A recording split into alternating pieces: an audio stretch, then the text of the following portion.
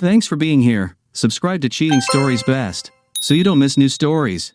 Wife lied to her husband about going on vacation with her sister. Is it really true? It was a day like any other. I was busy listening to the boring voice of the dispatcher, waiting for instructions on what to do next. I loved my job as a driver, but I hated quiet moments like this when I was forced to sit and wait.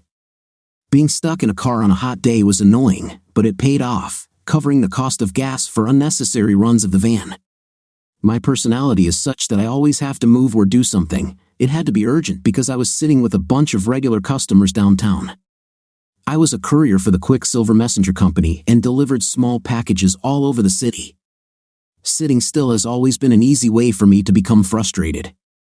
This job taught me a lot of things that I never had the patience for. Finally, I received a rush order, which meant delivery within 1 hour. I went to the address provided to pick it up, and after informing the dispatcher that the order was on board, I was told to go and deliver it. First, I was stopped at a red light on a steep incline leading into downtown when a damn truck pulling a 28-ton trailer hit me from behind. His brakes failed, and he pushed my back seat into the front seat, shoving me halfway across the intersection. The first responders had to cut me out using hydraulic shears. They carefully tied me down on a board and transported me to the hospital. After 3 X-rays and an MRI, they called a specialist, and by then, I knew it was serious. The medical staff informed me that my wife was on her way. When she arrived after completing the paperwork, she was escorted to me. I saw genuine concern on her face. I tried to calm her down, saying that no matter what, I would recover and return to my previous form. The specialist told us that my neck was broken at such an angle that they were afraid it might have been severed completely. The C3, C4, and C5 vertebrae at the top of my neck, which hold all my nerves and muscles, were broken at a 45 degrees angle. I was placed in a special neck brace, but given the severity of my condition, they believed I would no longer be able to walk. I was expected to be completely paralyzed from the neck down. Once stabilized, I was moved to a nursing home near my home to begin the long road to recovery. My wife of 4 years was devastated, as was I. She heard and believed what the experts said, but I did not. I hoped that I would be able to walk again. It was the only thing that kept me going. Doctors, mental health professionals, specialists, and my wife all tried to get me to accept my situation, but I couldn't.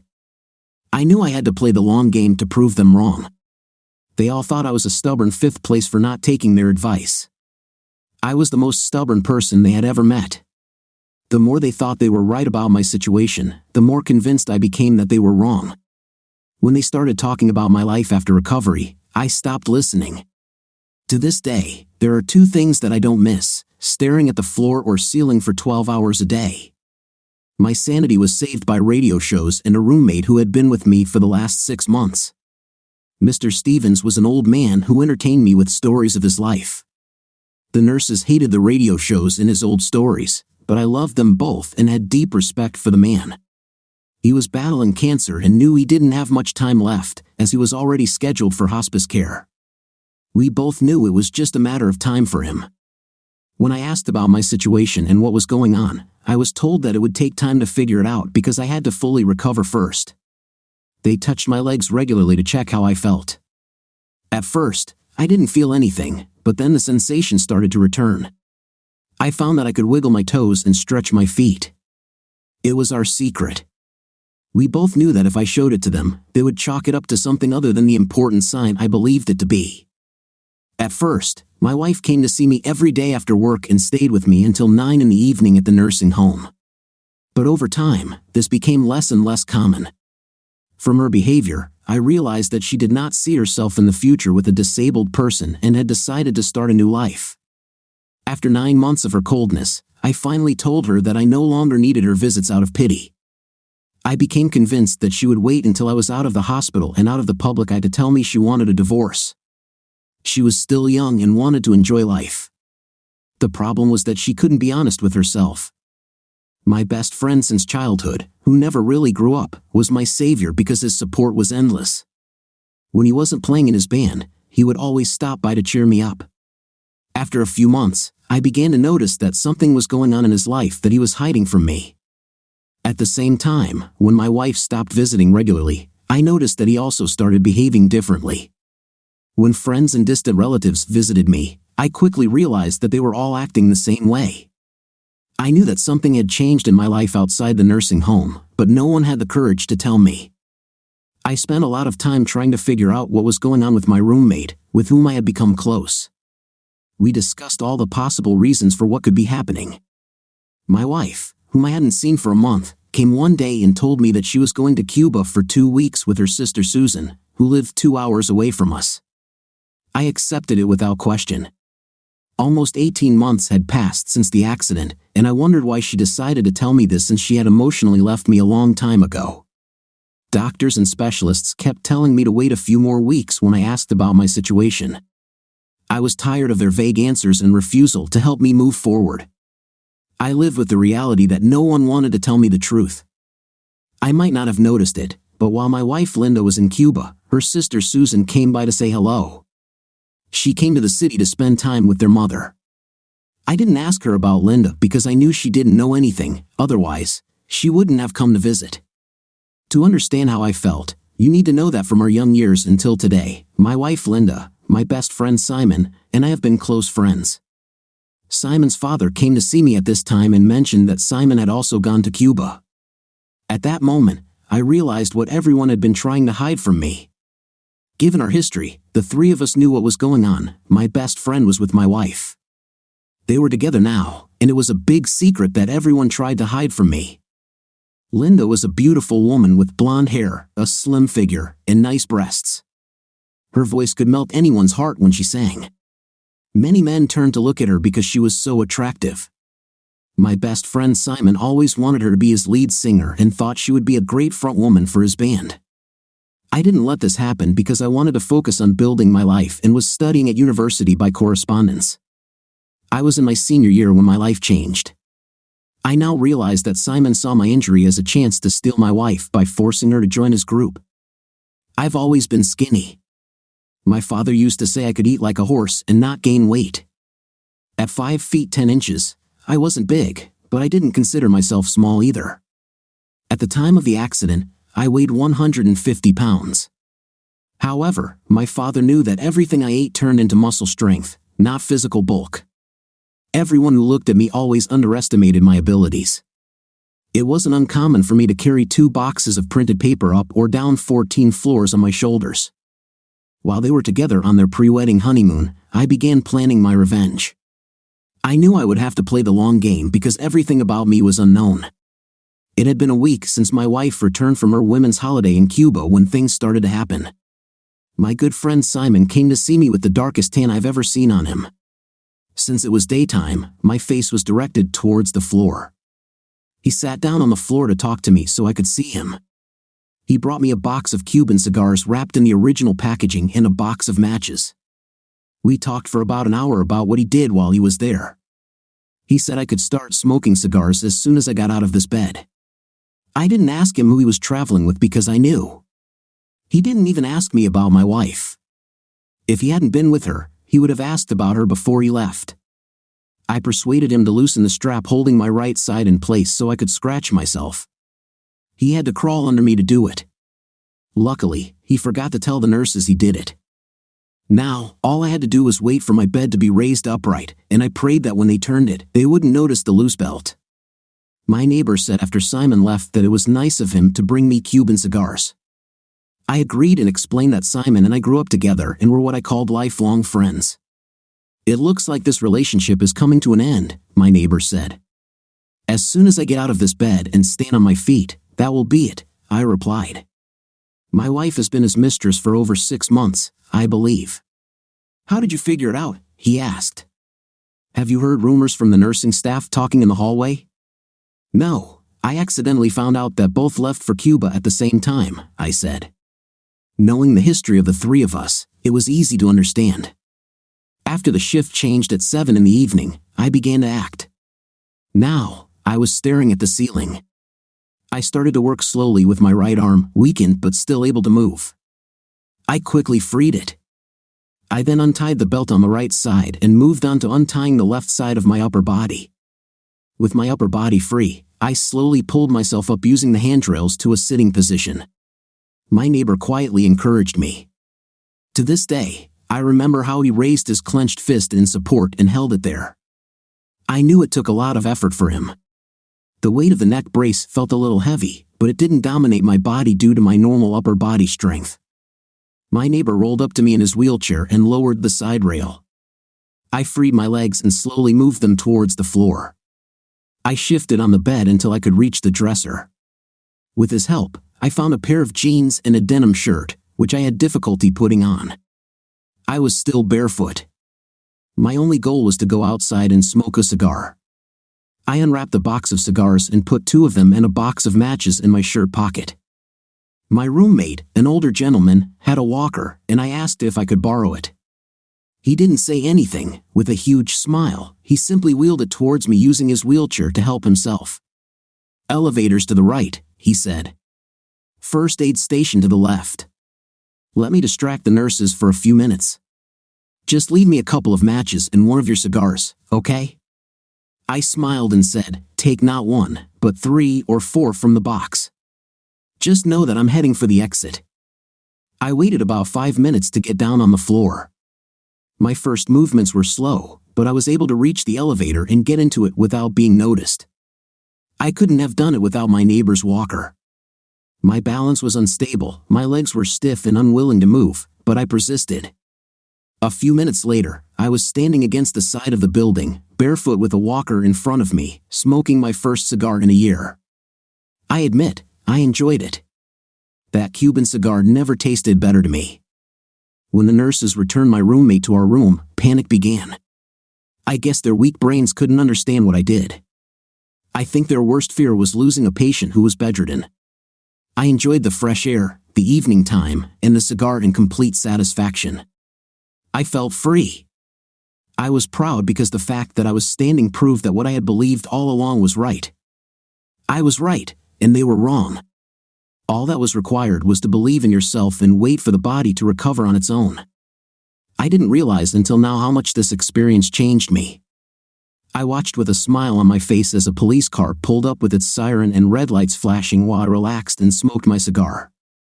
The policeman got out and approached me, shaking his head.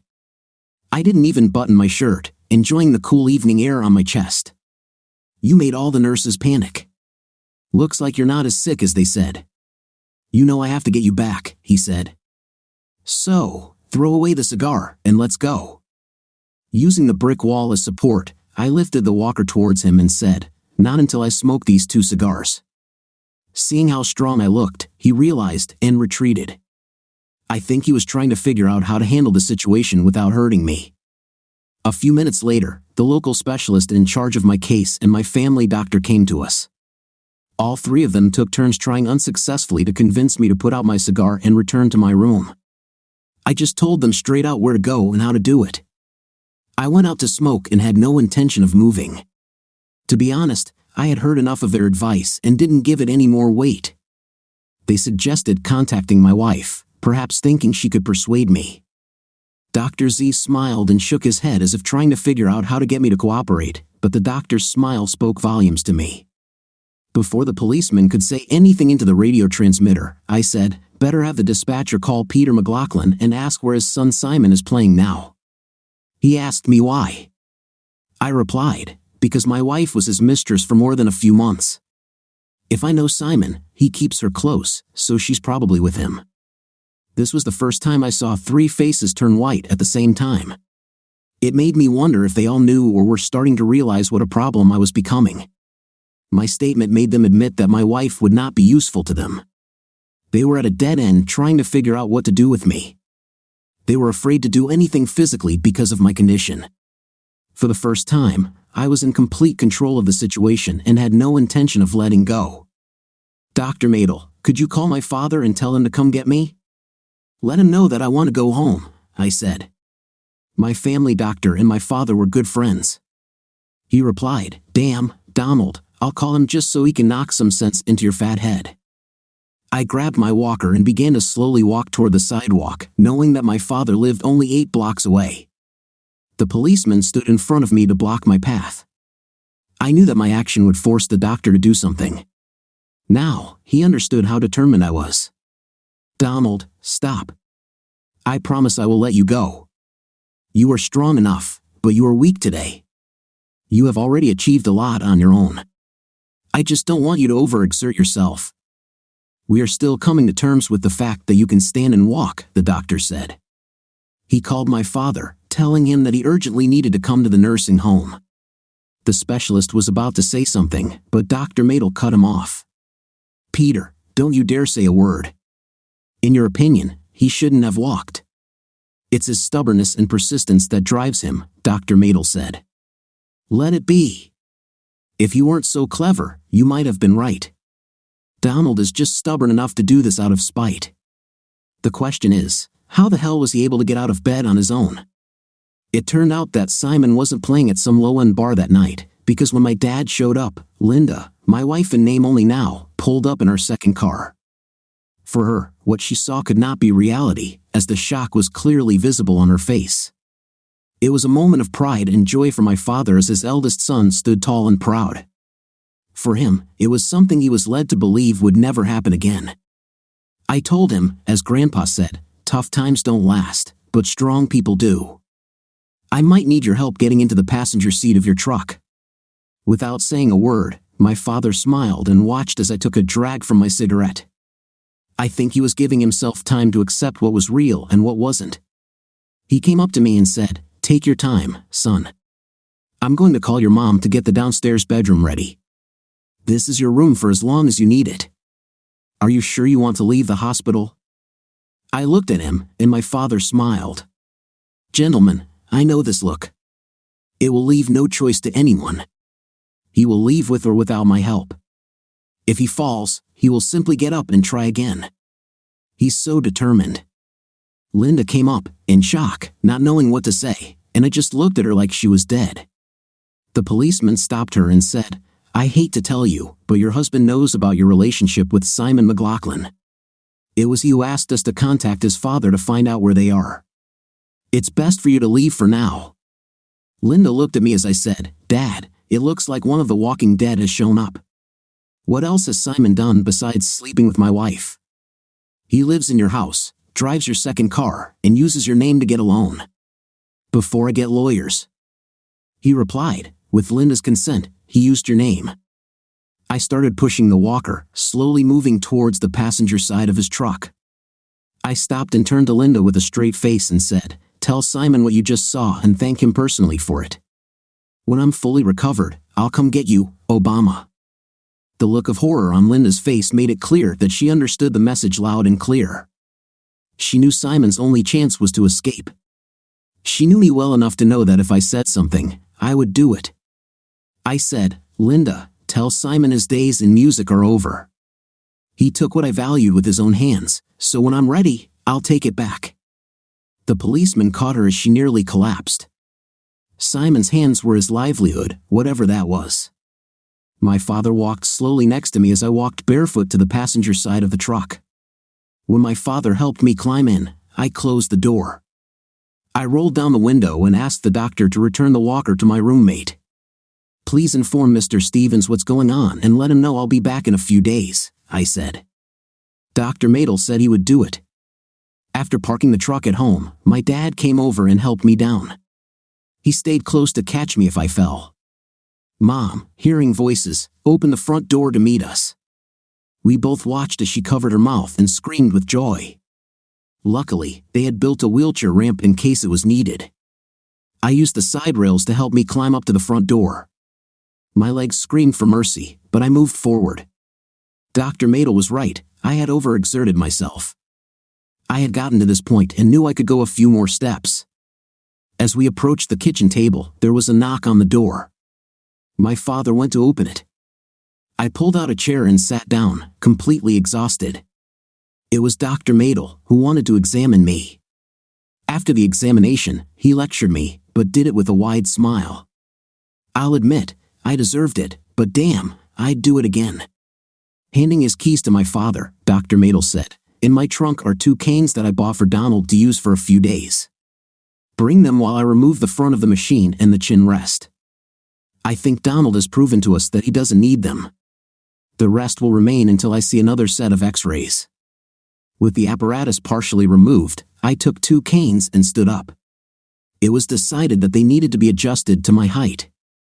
I asked my dad to borrow his shaving supplies. After receiving them, he placed them in the bathroom on the first floor. I stood up, using 1 cane for support, and went to shave. When I came out, I started to look like my old self. Now I need a decent haircut. Mom asked if I wanted anything. I asked her for a cigarette, 2 cheese sandwiches, and a beer. She started preparing 4 for me.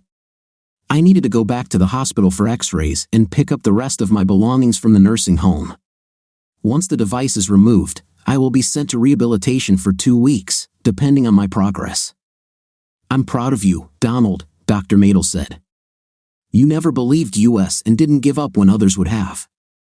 Remember that you must continue to see the specialist until he says you no longer need it, otherwise, it could greatly harm the insurance payment you're entitled to. Dad walked Dr. Madel to his car, and they talked for a few minutes.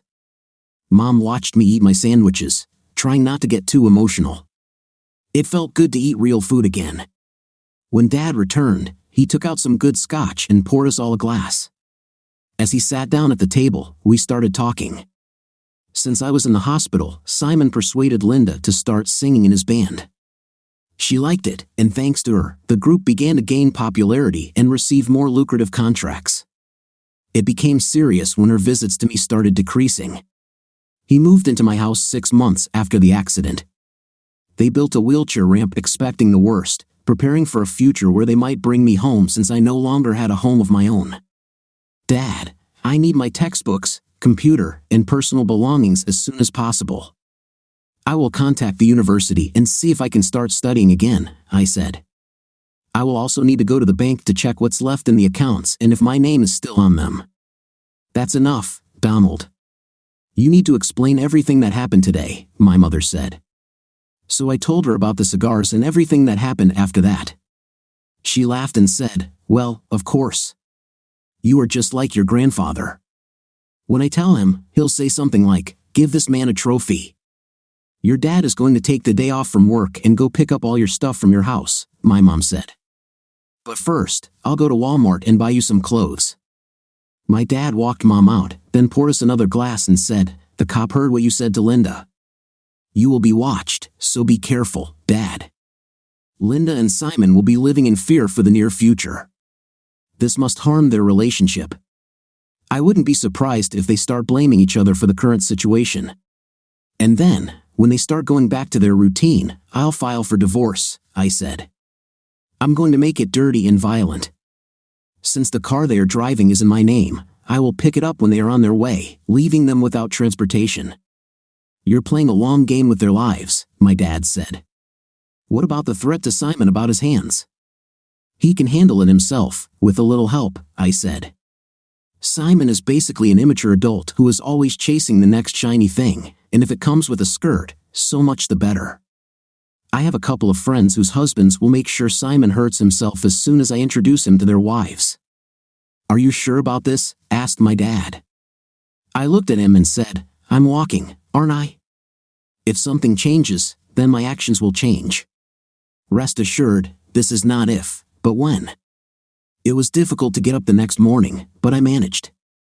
I had to roll out of bed onto the floor and then get up. It was difficult, but I did it. The more I worked on my legs and arms, the more they returned to normal. I had to be back at the hospital by 10 in the morning for an x-ray. While I was doing this, my dad was taking care of my things. Thank God my mom bought me a pair of shoes without laces. I wouldn't have been able to tie them. Using my cane, I made my way to the kitchen table. We barely made it to my x-ray appointment because I was moving slowly. As soon as it was ready, the head of the department checked the images and called a specialist. As soon as he saw the x-rays, he gave permission to remove the device from my head. As soon as it was removed, I felt that my movements became easier. I then walked into Dr. Madel's office, where my mother was waiting for me. I was told that I would begin rehabilitation in 2 weeks. We went to the bank to check my account. I received an allowance of $2,000 a month towards my insurance claim advance, which was deposited into my account via direct deposit. Nothing was left. I called the lawyer who sent me the routing number. The bank, using this number, discovered that all funds had been redirected and deposited into another account at another bank. The owner of this account was my wife's lover, Simon. It took half an hour to find the authorization form to redirect the funds. My signature was forged, and I could prove that I was in the hospital when it was signed. By the time I left the bank branch, I had a new account, all funds had been returned, and I had a new debit card. I used it to withdraw $200. I finally got my hair cut. The bank called the police to begin an investigation. The strength in my legs was slowly returning, but I was getting tired quickly. Mom took me home so I could rest. Dad was able to retrieve all my things. Everything was packed for him, all my clothes, books, personal items, and computer equipment. They installed a computer in his office and moved the television into the family room. After speaking with the admissions office and explaining what happened, they agreed to let me start the year over without any additional fees. I was sitting on the back patio, enjoying the day, when the whole family arrived. My 2 older sisters and younger brother had to see it to believe it. Everyone felt guilty for not believing in me or not visiting me more often than they did. I forgave them, but I knew our relationship had changed. It gave me the opportunity to catch up on what I had missed in their lives. We chatted for about an hour before my mom stopped us because I needed to rest. One afternoon, I asked my mother to take me to the nursing home because I wanted to see my old neighbor. When she dropped me off, I promised to call her when I was ready to come home. I entered his room and found him in a wheelchair. "Old friend," I said, "I think we should go out and smoke a couple of cigarettes if that's okay." The nurse came into the room as I was rolling him out.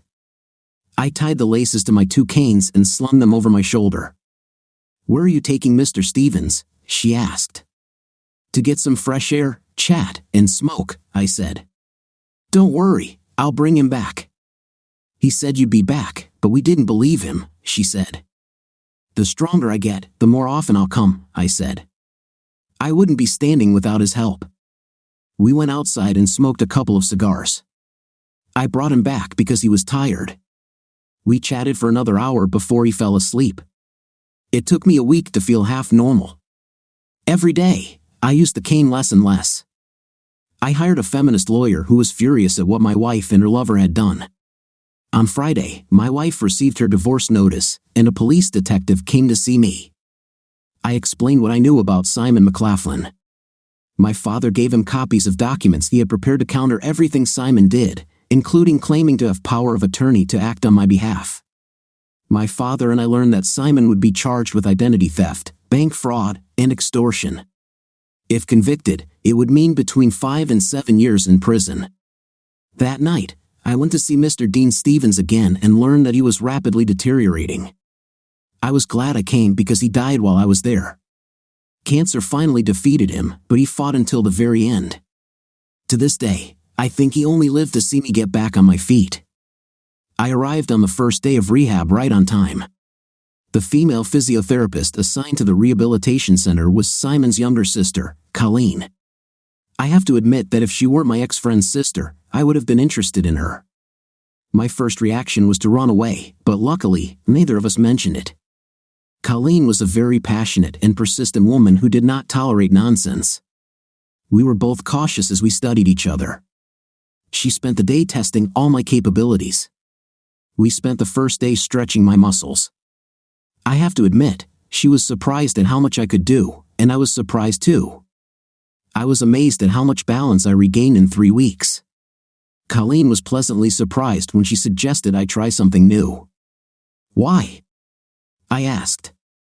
When I understood her reasoning, I made adjustments where I could. By the end of the day, I was exhausted. "Do you think," Colleen asked, "that you're ready to start lifting weights?" "Strength has never been a problem for me," I explained. "It was the immobility of my body that incapacitated me." "Can you prove it without hurting yourself?" Colleen asked. I turned to her with a smile. As soon as I placed my hands on her hips, I lifted her up. Colleen laughed, then leaned her head toward mine and kissed me, and I kissed her back. Colleen had her mother's features. She had an hourglass figure, blue eyes that sparkled, a warm and genuine smile, a genuine interest in others, and a kind heart. She was determined, like all women of Scottish descent. At 5 feet 7 inches, she was the perfect height for a man like me at 5 feet 10 inches. "You've proven your point, Donald Earl Jameson." "Now put me down," Colleen said. "When everyone heard about your accident, they thought you were finished." My father said, "Don't be surprised when he gets up because everyone underestimated him." "It looks like your father was right." "It's a shame another member of your family didn't think so," I said. "Now that the truth is coming out," Colleen said, "our family feels Simon has deceived us all. We had to wonder, if he could do this to his best friend, what could he do to us? We haven't seen him much for the last 2 years, and now we understand why." "Simon and Linda's day will come," I said. "They know it, but they don't know when. I'm not the only one following them. Linda received notice of divorce last Friday on grounds of adultery. Simon, because of what I discovered after I left the hospital, is under investigation. If convicted, he will serve 7 to 10 years. I watched you and my brother on the football fields. It amazed me that even though you were the best player, you were never greedy, and you were always a team player," Colleen said. "I've gotten used to comparing potential suitors to you. So, when is my first date?" "If I were fully recovered, I would say tonight," I said honestly. "We both know you spared me today, and I'm still tired." Colleen looked at me as if she was discovering something new about me. "What kept you so positive for so long that you would walk again?" "Everything I did in faith," I explained. "I learned that if you don't believe in yourself, no one else will. Everything that those I love did, they did because they didn't believe." Colleen took my hand and led me to a bench to sit down. My mother's grandfather was a proud man who spent most of his adult life alone. He also went through a situation that changed him a lot, Colleen explained. He and my great-grandmother raised 8 children, but he was no longer close to the rest of the family. He took a high moral stand. I never held a grudge against their behavior, but for his family, the previous closeness was lost forever. "I see where he was then," I said. "Sometimes, things are done to protect a person, but in fact, they do no good." By hiding the truth, he could see their deception as avoidance or rejection of reality. This caused him to lose the ability to blindly believe or trust them again. "What else has my brother done that our family might not know?" Colleen asked. "He forged my signature to redirect a money order that was supposed to be used for my upkeep. It was sent by the insurance company responsible for my accident," I explained. "He transferred it to another bank into his account." Colleen's face turned pale, and then the tears came. I hugged her and pressed her to me. "The bank refunded the funds to me because we were able to prove that I couldn't have signed the forms since I was bedridden," I said. "When the detective came to see me, my dad showed and handed over all the legal paperwork he had prepared to counter everything your brother did, including claiming to have power of attorney to act on my behalf. The copy of the power of attorney that the bank had was also a fake, as it was dated and certified after I was bedridden." We talked for a few more minutes while waiting for my car. I explained that I couldn't come on Wednesday because I wanted to go to the funeral. Mom noticed that I was in a better mood, so at dinner, I had to explain to her how my day went. After that, I took up university courses with a vengeance. On Tuesday, when the lunch break was announced, I went out to sit at a picnic table, drink coffee from the machine, and smoke. Colleen joined me later with 2 bags she had brought for lunch. Over lunch, I told her about the friendship I had formed with Mr. Stevens. I said that we supported each other during difficult times. I was shocked that there was no one at the funeral except for me and my mother. The Salvation Army captain did a good job conducting the service. According to his will, his body was cremated. After the service, I asked the funeral director what would happen to his ashes, and he said they had been turned over to his lawyer. As he understood it, everything was done according to Mr. Stevens' will. We were about to get into the car after loading the floral arrangements from the funeral when a man approached us. It turned out to be Mr. Stevens' lawyer. We followed him to his office. Mr. Stevens lost his family many years ago and never remarried. As a result, he changed his will, leaving everything to you. His only wish is for you to take his ashes to the highest mountain in the area and scatter them to the wind, his lawyer said. Then he told me in detail what was bequeathed to me. Both my mother and I were surprised at how wealthy he was. As we drove home, I told my mom that we couldn't tell anyone about this until the divorce was finalized. We both realized that the inheritance would provide for me for life. Colleen worked with me every day for 2 weeks, writing down all the details of what I could and couldn't do. When I asked her why, she said she wanted everyone to know how much I had recovered from everything I had been through. Even though we hadn't started dating yet, we were completely honest with each other. Everyone around us saw a serious attraction growing between us. I received a lot of teasing during rehab because I was the only one who had lunch cooked for me every day. Colleen drove me to Mr. Ben Stevens' lawyer's office immediately after telling me that my rehabilitation was complete. When I was called in, I asked her to come with me. I asked the lawyer if he would like to continue to be my lawyer in the future. He agreed, and I asked him to assemble a team of advisors for me. He then gave me Mr. Stevens' ashes. "Where are you going to scatter his ashes?" he asked. "On the top of the mountain above where his house used to be because it looks out over the mighty Mississippi River," I said. "Even if I have to buy a new SUV to get there."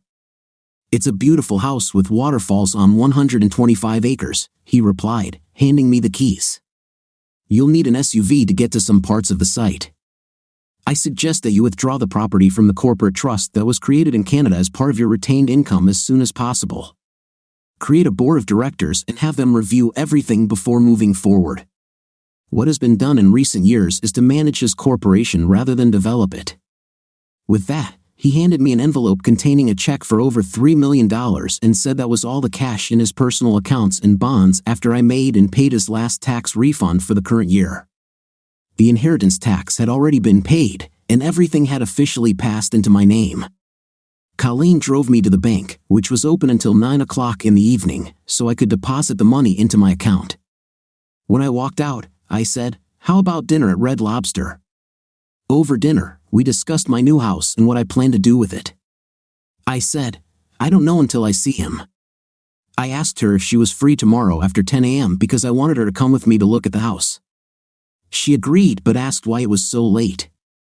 I said, "I need to buy a Jeep Cherokee and insure it." "Now that you've let me drive," after dinner, we went to a car dealership. After asking for a cash discount, we agreed on a deal, subject to a commercial inspection on the new silver Cherokee. The salesperson was shocked to see me use my debit card to pay in full. As we left the dealership, Colleen asked if I had used all my funds to pay. I said, "No."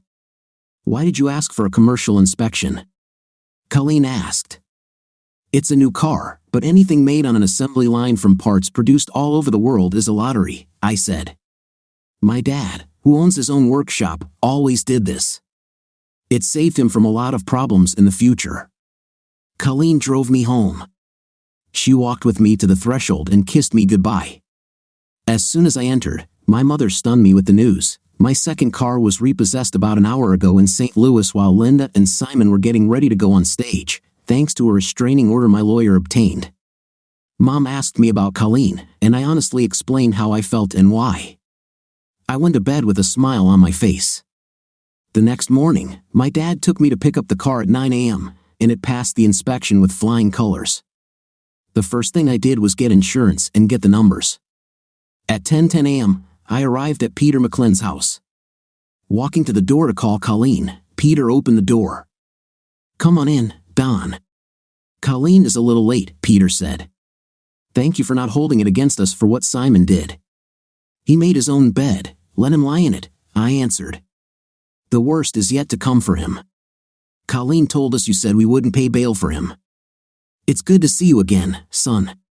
You will always be a welcome guest here." That said a lot about how his whole family felt about it. Her mother was in the kitchen and began preparing buns and tea.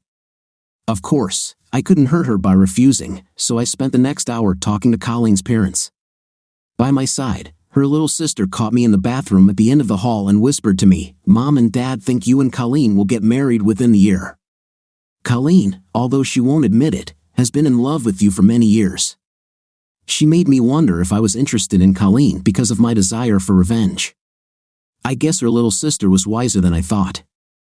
She said, "Don't go there, Donnie. You've never been one to take revenge on those who don't deserve it. As for Simon, we all feel he has brought shame to the family and want nothing to do with him. I smiled and nodded and said, "Thank you for reminding me of the kind of person I am because I had my doubts." "You're welcome," she said with a smile. "Colleen came home after finding out that you were assigned to her as a client because she was afraid of how you would treat our family. Then, all evening after the first class, she talked to me about your first kiss after the first day. If you're not ready for a new relationship with her, end it now before you hurt yourself and her." "Tonight you will get your answers," I replied. Finally, we got out and headed to my new home. It took us quite a long time to get there. As I approached the fenced area, I got out and opened the gate. As soon as we drove up the long paved road, we saw what the site looked like. Mother Nature had taken its toll, and everything needed cleaning up. But when we both saw the house, Colleen and I were speechless. The log house and accompanying buildings were stunning and large. Since everything was still corporately owned, all utilities worked. Opening the front door, we stepped into a dream. Colleen took my hand and said, "This is amazing. Can you believe it? He built this the year before his wife and children died in a car accident. That's why it's not furnished, but it's maintained. He lived in the city but came here to support it. With his dreams of him and his family shattered, living here would be too painful for him," I explained. We toured the first floor before heading up to the second. The master bedroom was huge. The other 3 bedrooms were also larger than you usually see in new homes. There were a few things that needed to be updated, but overall everything was fine. "When did you find out about your inheritance?" Colleen asked worriedly. "After Linda received notice. It can't be considered community property, although I'm sure she'll try," I said. "This house will become my home. Would you like me to make a list of the things you will need?" Colleen asked, "While you're looking at the store?" After I agreed, Colleen took out her laptop and got to work. I found the keys to the huge side building. I went out and found a large garage-type building with barn doors at the back. Inside was equipment for maintaining the area. It took me half an hour to connect the tractor to the large hedge trimmer standing on the side. I drove along one side of the long road, cutting as much as possible, then returned along the other side. At that moment, I thanked my grandfather for all the time I spent with him on the farm as a child. As I pulled up to the house on my way back, Colleen waved for me to stop. She had found a safe in the back of one of the 2 closets in the master bedroom, hidden behind a false wall. It was still locked. I went through the bunch of keys and found one that fit. I turned the key, and the safe door opened. Inside were 3 3-pound gold bars and an envelope. I valued the gold at about $150,000. Inside the envelope were bearer bonds of $50,000 each, and there were 30 of them. I knew Colleen had a lot of thoughts running through her head, so I said, "It's a good thing we've been dating since I started rehab, otherwise, I might think you're after my new money." She jumped into my arms. Let me tell you, it took a long time before we stopped kissing. I got back to work clearing away the undergrowth before it started to get dark. After I put everything away and locked it up, we headed out to dinner.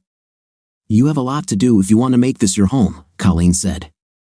"Have you decided where to start?" "Well, the first thing we'll do after we eat," I said. "This will let your parents know that we are dating," Colleen said. "If this car had a regular seat, I would be next to you right now." She called her parents and asked if they had started dinner. When they said no, we suggested meeting at Yummy's, a Chinese buffet restaurant. They agreed and were waiting for us when we arrived. As soon as we sat down, we all ordered hot tea and went for our first helping of food. Colleen's mom, Mary, told her, "It's good that this is happening. You look so happy." Colleen replied, "Nothing special, we were just talking, and Donald said it was a good thing we were dating before he got his inheritance." "Congratulations. Now all you need is time," Mary replied without hesitation. By the time she caught up with her daughter, she was next to me. I loaded my plate with fried shrimp, sweet and sour pork, and mussels. Colleen took something more traditional. We returned to our table before her parents and sister, Katie. It was Katie who asked, in front of the family, "Are you dating?" "We've been dating since I started rehab," I said. Today we finally admitted it. Katie smiled widely. "What's that big smile for?" Colleen asked her. "Oh, nothing. I just remembered the promise you made to me earlier and fulfilled, Katie replied. Peter didn't say a word. He just stood up, walked to the bar out front, and bought 4 beers. When he returned, he handed us all a bottle. This surprised us all. We chatted about small things until Peter and I returned with a second helping of food. "Where are you going to get your work permit?" asked Peter. "Or don't you know yet?" "I just finished rehab and am seeing my family doctor and specialist next week," I explained. "Until then, I can't say. I'm more than 3 months into my final year of training to become a forensic accountant." "When you're ready to work, come apply to my firm," Mary said. "Partners are always looking for good talent, and we need someone with your skills." "I'll take that under advisement, but I have a lot to do in the next few weeks," I said. "I need to arrange a place for me to live with Colleen's help." "Were you looking for a place with my sister?" asked Katie. "Not really. It's the house he inherited," Colleen said. "It's beautiful. Look at the photos in the gallery.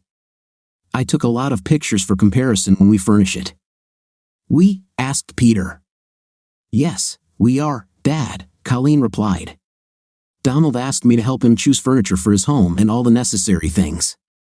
"I would prefer a woman's help," I said, "because I know that they know how to make a home cozy and not just a place to live." Colleen looked at me, smiled, then leaned over and kissed me.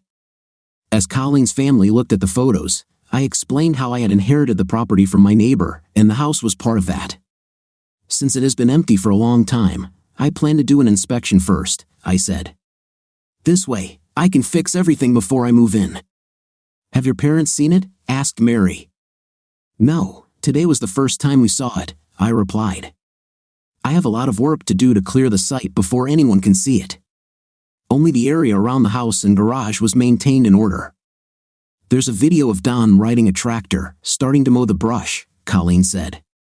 "It will give you an idea of how neglected everything is." After dinner, we went to look at household appliances. We visited all the major stores and compared prices. Colleen and I decided it was better to go with a local supplier, even if it cost more, due to warranty and service. It was about 10 o'clock in the evening when I returned home. I was woken up on Sunday morning by an early call on my cell phone. I had missed 2 calls and 3 text messages, all from my soon-to-be ex-sister-in-law, Susan. I called her back. It turned out she had brought her sister and Simon from St. Louis because they didn't have a car. She wanted to meet me before returning home.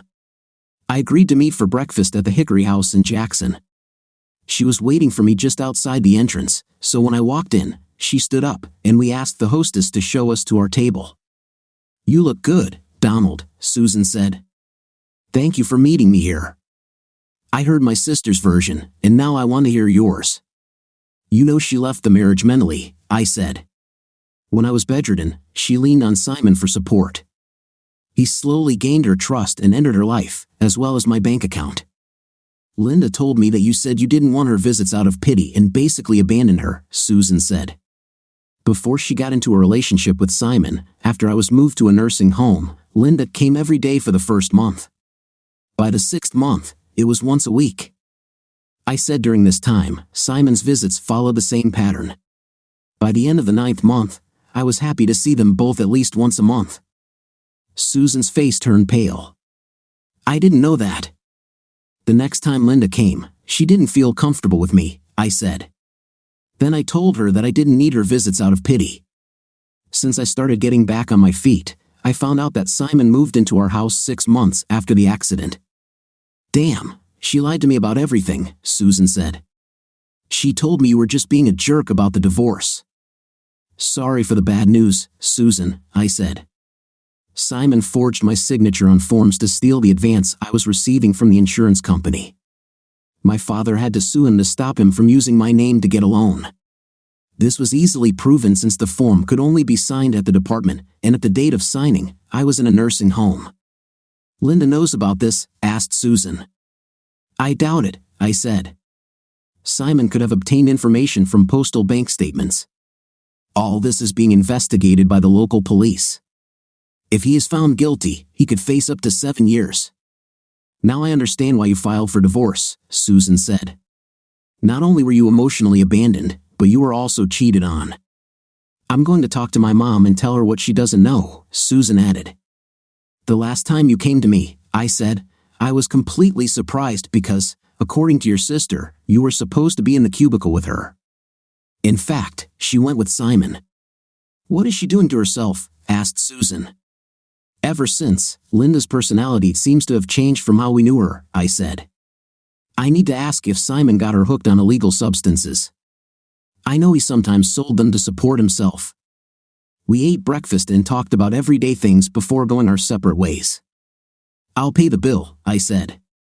Donald, I'm going to talk to Mom, Susan said. If she needs to hear your side of the story in person, can she call you? Yes, I replied. After saying goodbye to Susan, I called the detective who had spoken with me to explain that my car had been repossessed and where it was located. I told him I was worried that Simon was still selling illegal substances to support his habit and that he often sold them during breaks between shows. He said he would get a warrant to search the car that day. If they found any measurable quantities of illegal substances, he wanted me to transfer the car to Linda through my lawyer, giving her the title. I agreed. Colleen and I took a tape measure and went back to the log house to measure the space left for the refrigerator and stove to make sure they were the right size. We also inspected the laundry room to ensure there was enough space for a full-size washer and dryer. We checked the pantry as I wanted a freezer. From there, we moved back to Jackson and made the local dealers happy. Before we left, we agreed on delivery for the following Saturday. I called my parents and arranged to meet them for an early dinner at Red Lobster. I was driving when my cell phone rang, so Colleen answered it and put it on speaker. It was the detective, confirming what I suspected was true. Colleen's face said it all. I told him I would call my lawyer first thing in the morning and arrange for the title of the car to be transferred. If my dad finds out, he will be devastated. He lost his little brother to this many years ago, I said. We won't say anything. The detective didn't specify what exactly he found, and we don't even know for sure whether the cooking equipment belonged to Simon. That's why I'm transferring ownership of the car to my ex-wife. It will take time for the detective to figure out what's what. My parents were surprised but pleased to see Colleen with me at dinner. Colleen showed my parents pictures of the house. Is this part of the corporation you inherited? Asked my mother. Yes, but it was in the form of a trust that was put in my name, I said. It was incorporated so it pays a lot fewer taxes. I have a lot of work to do before the house is livable. I'll start with an inspection. I think you both should know, Colleen told my parents, my brother is in much more trouble than you think. If what we learned today is true, my parents will cut him out of their lives. Besides, I added, Susan, Linda's sister, and I talked this morning. She wanted to hear my side of the events. No one in her family seemed to know what happened. So what about you two? Asked my mother. We're just dating now, Colleen said. It will have to be this way until Donald sorts out all his problems. My lawyer listened to what was happening with the car, she continued. She repossessed the car and decided she could use it to her advantage. She called Linda and offered her the car in exchange for some concessions. Linda waived all rights to any insurance claim. I signed the papers to transfer the car and my rights to the house, but Linda had to remortgage it in her name. Linda thought she was winning, so she came to sign the documents right away. After paying the fine, Simon took her to work. I agreed to meet with the building inspector at 1 p.m. By the time I got home, the detective had called and said Simon had taken the car, and they had arrested him after following him to an empty warehouse suspected of being used for manufacturing illegal substances. He was taken into custody along with 8 others. Now, the building will have to be demolished. The inspector found the house and the large garage in good condition. He suggested replacing all the switches with commercial ones with dimmers and upgrading the lighting, as LED lighting in the house would save over $100 a month in energy costs. The furnace and air conditioner were both in excellent condition. After a visit with Dr. Madel, who gave me permission to return to normal life, I waited for Colleen after work. When I walked in a few minutes before closing, she threw herself into my arms, crying. She had been informed that Linda called her father and told him it was a sad and somber evening at her parents' place. Early Tuesday morning, I was at the Quicksilver Messenger office. Everyone was happy to see me. I was offered a return to work, but I refused. I received my last check and went downstairs to say goodbye to my colleagues. Richard was just loading the car for the morning flight, so we went out to his van to talk. I wanted to make sure his brother was still in charge of assigning prisoners to cells. He confirmed this. I handed Stephen the envelope containing the bearer bonds. Richard opened the envelope and looked at the bonds before saying, "My brother knows several people who are in prison for various stupid things. What you need can be done without money because he has owed several favors. I'll give the money to his wife and son. They came at the right time, so they wouldn't have to file for bankruptcy." I drove back to the Cape with a smile on my face, knowing I had kept my word. Simon's days in music were over, one issue resolved, one remaining. Now I had to figure out what to do with Linda. Anything I was going to do had to wait until the divorce was finalized. When I got home, I contacted the electrician and arranged for him to come on Thursday. When Colleen got off work, I was waiting for her. We spent the evening shopping for lighting equipment for every room in the house. All fluorescent lamps would be replaced in the bathrooms and kitchen. After seeing the specialist, he said he wanted to see me one more time before allowing me to return to work and scheduled an appointment for a month later. On Wednesday evening, I informed Colleen that the terms of my divorce had been agreed upon. As we began looking at furniture for the home, Colleen said, "Your next wife will probably want to have a say in what will be in the house. Perhaps we should focus only on what you really need, like the master bedroom and kitchen," she suggested. "No," I said. "We will furnish the entire house, including all the curtains, so it is ready for her to move in." "You mean you've already decided who you're going to marry?" Colleen asked. "Does she know about this?" "Let me be clearer, Miss Know-It-All," I said with a smile. "So there's no doubt, I can't ask you to marry me until I'm divorced." We attracted a lot of unwanted attention because Colleen became emotional.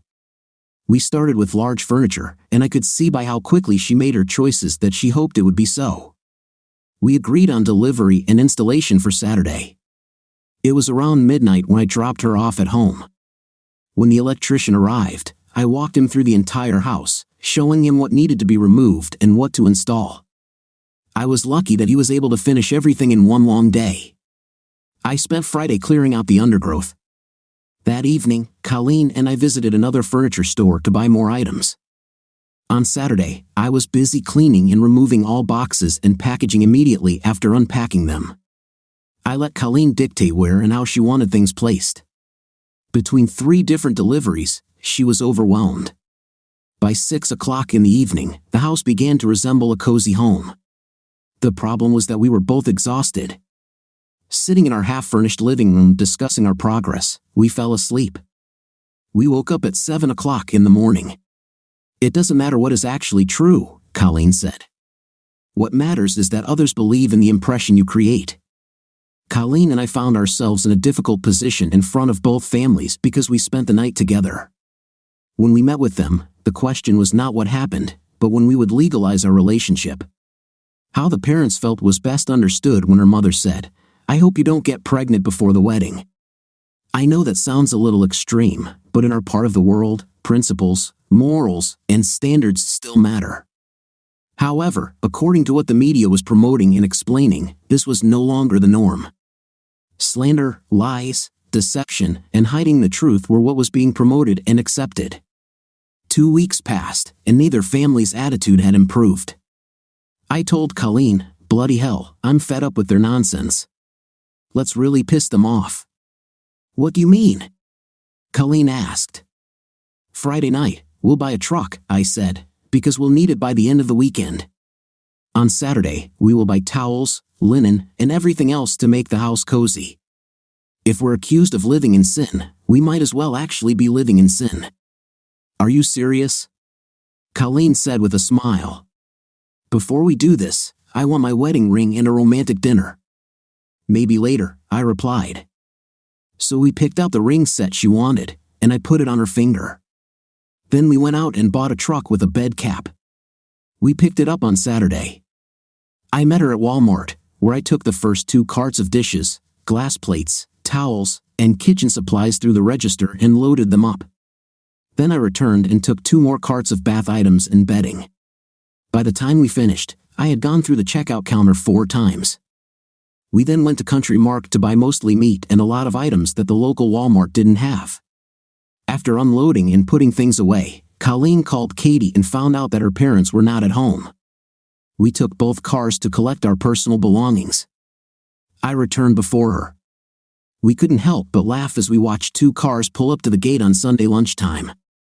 On the security screen, Colleen said, "We could pretend we're not at home. After they treated us so badly, they deserve it." Both families saw our house for the first time together. 2 factors struck them: the size of the house and how we furnished it. More importantly, both families came to apologize for their behavior. When Katie asked, "Can I move in with you?" we started to relax. I then mentioned that I would be in court next Thursday for a divorce hearing with Judge Donald McDonald. Her parents felt like complete idiots when Colleen showed them her engagement ring. Linda looked old and tired as we stood before Judge McDonald, who asked if we agreed to the terms of the divorce. Her personal life was in shambles, Simon was arrested, and things were going badly. After the divorce was finalized, Linda asked to talk, so we walked out of the courthouse and talked as I walked to my new truck. "What do you want, Linda?" I asked coldly. "Simon took a plea deal," she said. "I didn't know what he was doing behind my back.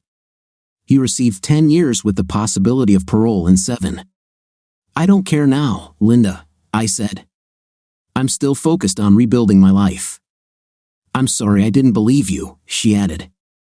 "Every time I came to you, I saw myself trapped without a future. Now I admit that I was wrong. I'm selling my house and accepting a transfer to another state. If there is anything you need, call me, and I can set up an appointment for you to pick it up." I didn't say anything and got into the truck. The look on her face said it all. I was still thinking about how to take revenge on her. Little did I know that Simon's acquaintances would take care of it. On Saturday morning, when the police arrived, Colleen let them in. This was the same detective who had met with my father and me. He came to tell me that I'm now a widower. Linda was killed by someone in Simon's circle as a result of his testimony against them. 5 years have passed since the accident occurred, 3 years since Colleen and I said our vows. Peter went to see Simon for the first time and said that Simon had changed his orientation. His right arm was broken because he refused to give in to his cellmate's demands. He soon realized that it was easier to submit than to fight. Every year at Christmas, I receive a card wishing me a better year for the next from my brother Richard. Our daughter, the joy of our life, is at the stage where she is just starting to crawl. She is the favorite child of all her grandparents. I have a life annuity because a specialist has declared me 20% disabled. Only my wife and mother know my real condition. For my parents' last anniversary, Colleen and I gave them an envelope. We paid off their mortgage on their house and workshop. Our daughter, Carrie-Ann, will test us as she grows up. She's a real redhead like her mother and grandmother. We're having both families over for dinner on Sunday because we're about to announce that another sibling is on the way. Colleen and I are really playing the long game. What do you think of our story today? I think the husband did the right thing in telling everything he knows. What do you think? Write in the comments. See you in the next video.